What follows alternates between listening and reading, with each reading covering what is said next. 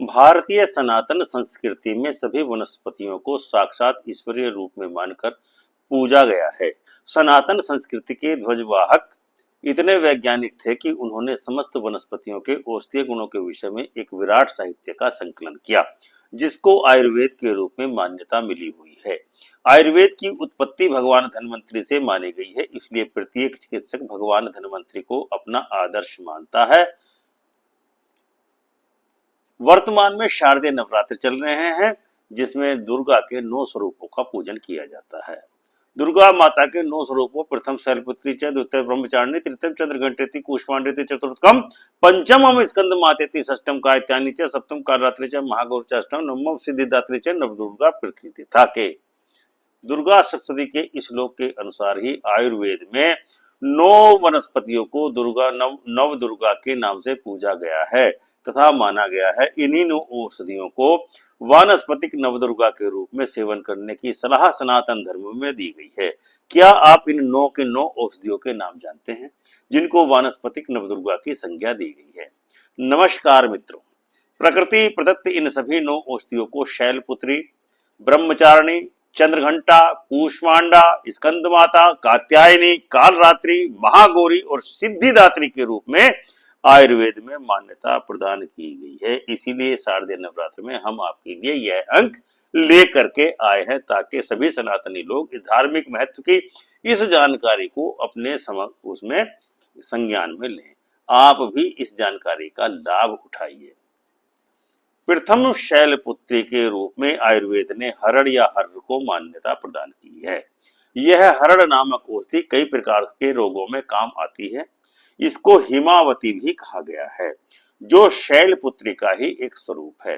यह आयुर्वेद की प्रधान औषधि है। यह पथ्या, हरितिका, अमृता, हेमवती, कायस्थ और श्रेयसी 7 प्रकार की होती है। आयुर्वेद में कहा जाता है कि किसी भी व्यक्ति के पिता माता तो रुष्ट हो सकते हैं, लेकिन यदि उस व्यक्ति के उदर में हरड़ पड़ी हुई है तो वह कभी रुष्ट नहीं होती है, बल्कि वह उसका लाभ ही करती है।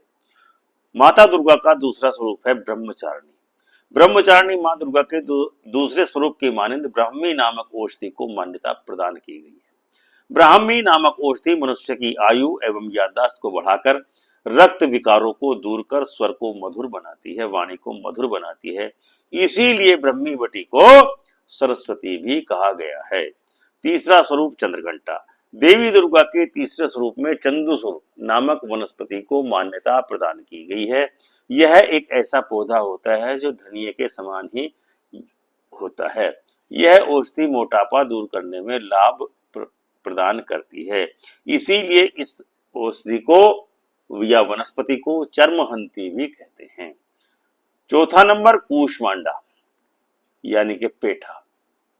माता दुर्गा के चौथे रूप के लिए पेठे को मान्यता प्रदान की गई है, जिससे पेठे की मिठाई बनती है। इसीलिए इस रूप में पेठा कहा जाता है। इसको कुम्हड़ा भी कहा जाता है।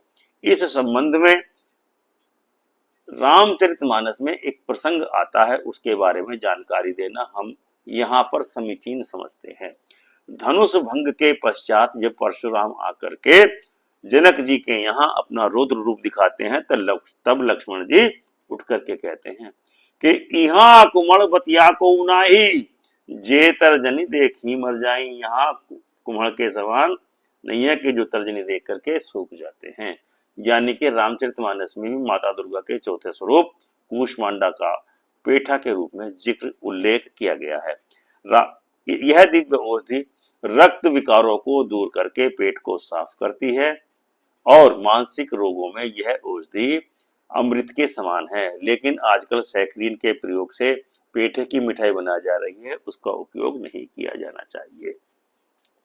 पांचवा स्वरूप दुर्गा का माता स्कंद माता के रूप में है। स्कंद माता के रूप में जो औषधीय गुण दिए गए हैं वह अलसी को दिए गए हैं।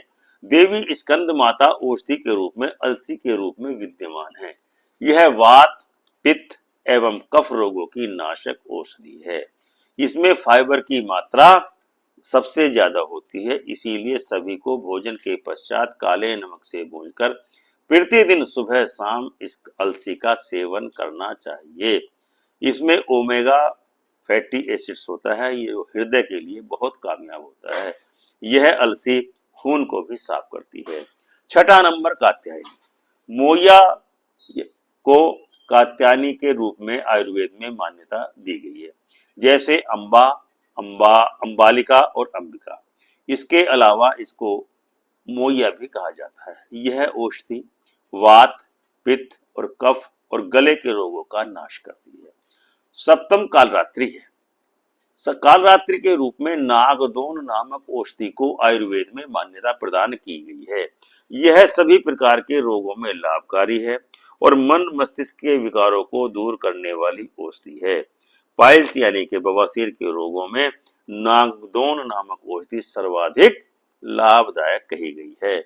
स्थानीय भाषा में इसको कहीं कहीं दूधी घास भी कहा जाता है। आठवीं महागौरी रूप में। तुलसी को महागौरी के रूप में आयुर्वेद में मान्यता दी गई है। सामान्यतः लोग जानते हैं कि तुलसी दो प्रकार की होती है, श्यामा तुलसी और श्वेत तुलसी। लेकिन आयुर्वेद के मतानुसार 7 प्रकार की तुलसी होती है। सफेद तुलसी, श्यामा तुलसी, मरुता तुलसी, दवना तुलसी, कुढेरक तुलसी, अर्जक तुलसी और षटपत्रक तुलसी। ये सभी तुलसियां रक्त को साफ करके हृदय रोगों का नाश करती हैं।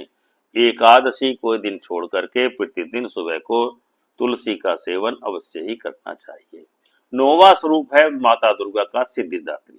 सिद्धिदात्री के रूप में आयुर्वेद में शतावरी को मान्यता प्रदान की गई है, जिसे नारायणी शतावरी कहा जाता है।